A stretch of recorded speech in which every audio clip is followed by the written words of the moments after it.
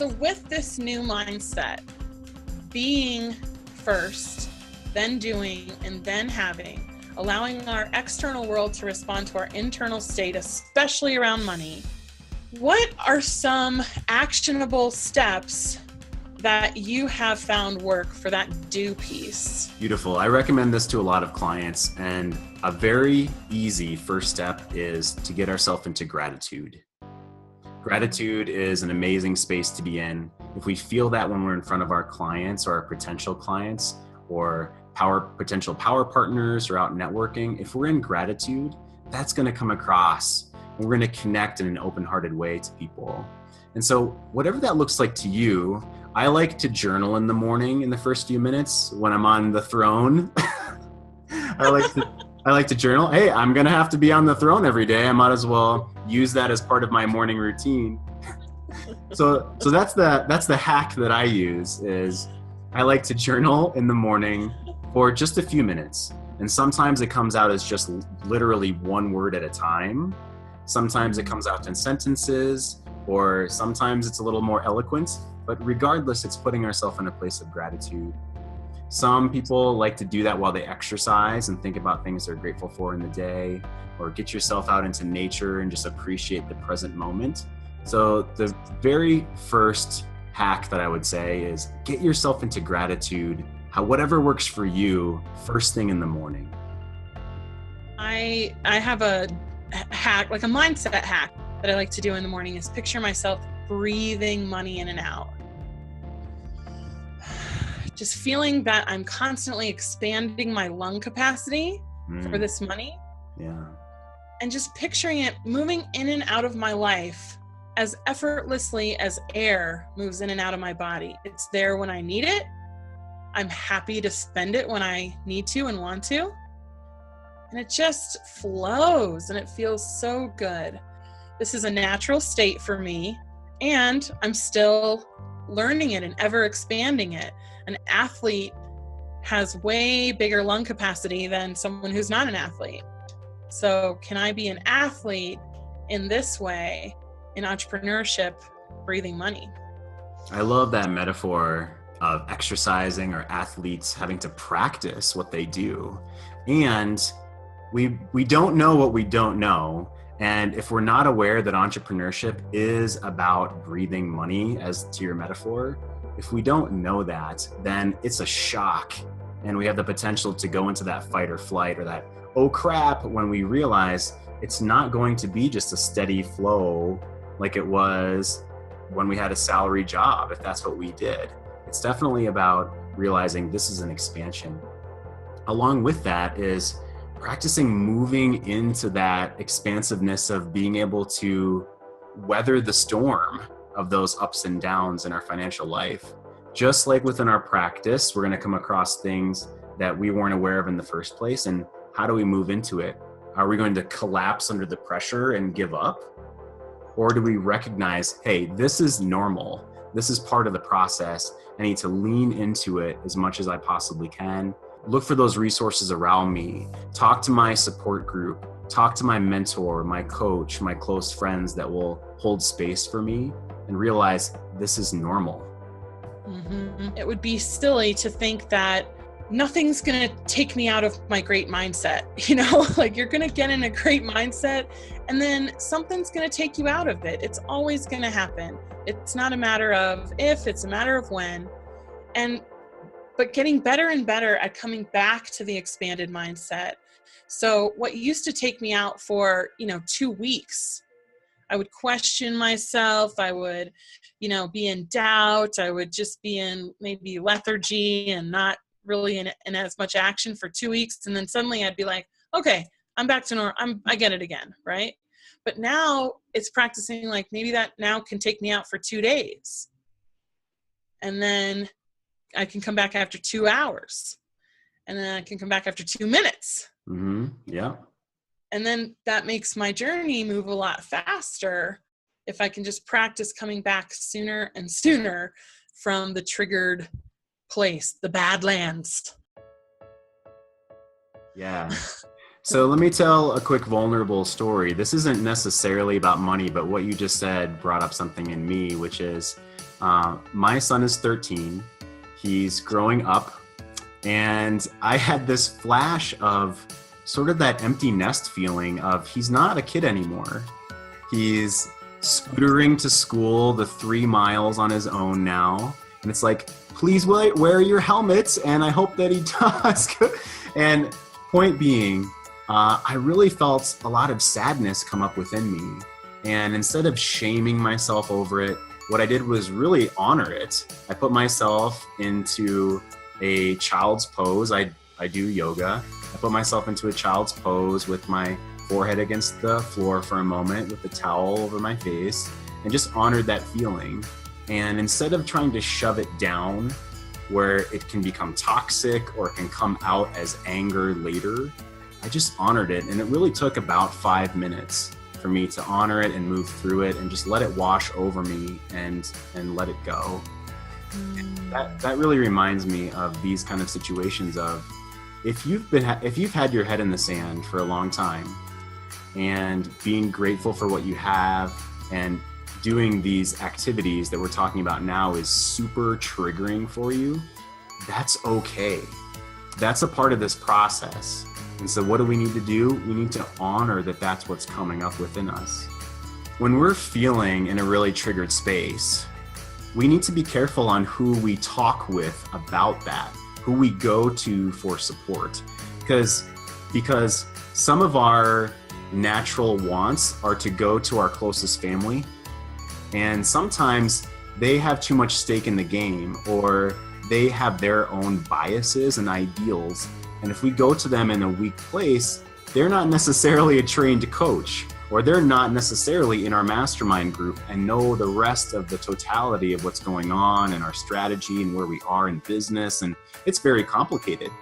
So if we go to our mom and dad and we sort of dump on them, or if we go to a friend that's maybe not very successful, but they've been a good ear for us, they've been emotionally there for us, but they have no idea what we're going through on this journey of entrepreneurship, they can inadvertently try to fix, and what they think is going to bring us away from that pain is, are you sure you want to do this? Are you sure you don't want to just go ahead and get a job?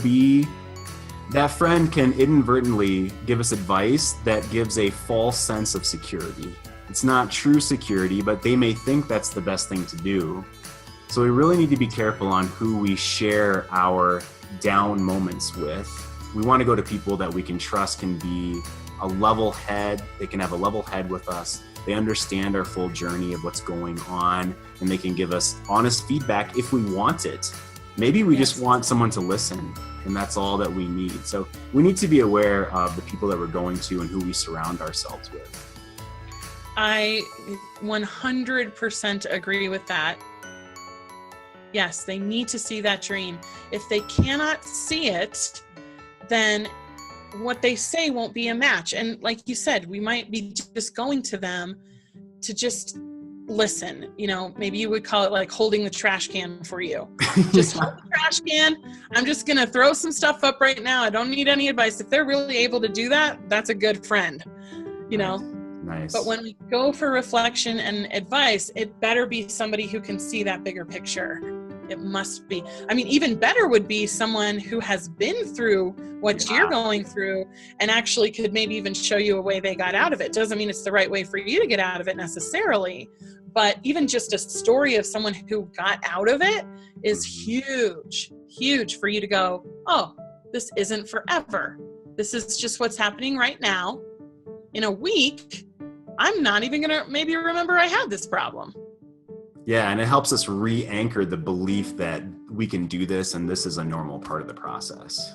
Yes. Okay, so Jeff, really, we're talking about this in every module at this point. The difference between acting from trigger and acting from expanded presence, right? Like this is a constant theme. So secure your survival so that you're not constantly questioning where your next meal is coming from, and et cetera. That is going to be a really hard place to do business from. Yes. Yeah. The way I secured my survival, my story around this is I set the benchmark for myself to replace my teaching income within 2 years. I thought, I'm going to set myself up for success. If I'm not able to do this in 2 years, okay, maybe I'll pivot or take a look at my strategies again. Do I want to continue to do this route? I did land a couple of clients before I quit my previous position. It's okay to be in stretch, but there's like stretch and strain in yoga, right? Yeah. You want to be in stretch, but you don't want to be freaked out either because you have no time and energy because your bridge job is sucking that all away, or because you have no money because you don't have any count-onable income. And every so often, maybe it's every month or every 3 months or 6 months, we're going to take a look at how far we've come and my goals and where I want to be within 1 to 2 years from now. And that way we're like acknowledging what's going on. We're not putting our head in the sand. We're not going to get into like, oh crap, I can't pay next month's bills, because everything's going to fall apart if that happens. Our clients are going to feel that desperation on us. It's not going to help the situation. And at the same time, checking in with someone who holds us accountable, whether it's a coach or an accountability partner or a group that we're a part of, holding us accountable keeps us out of the, oh, well, I didn't make any money the past 6 months. I'm just here to give away my services for free and serve the world.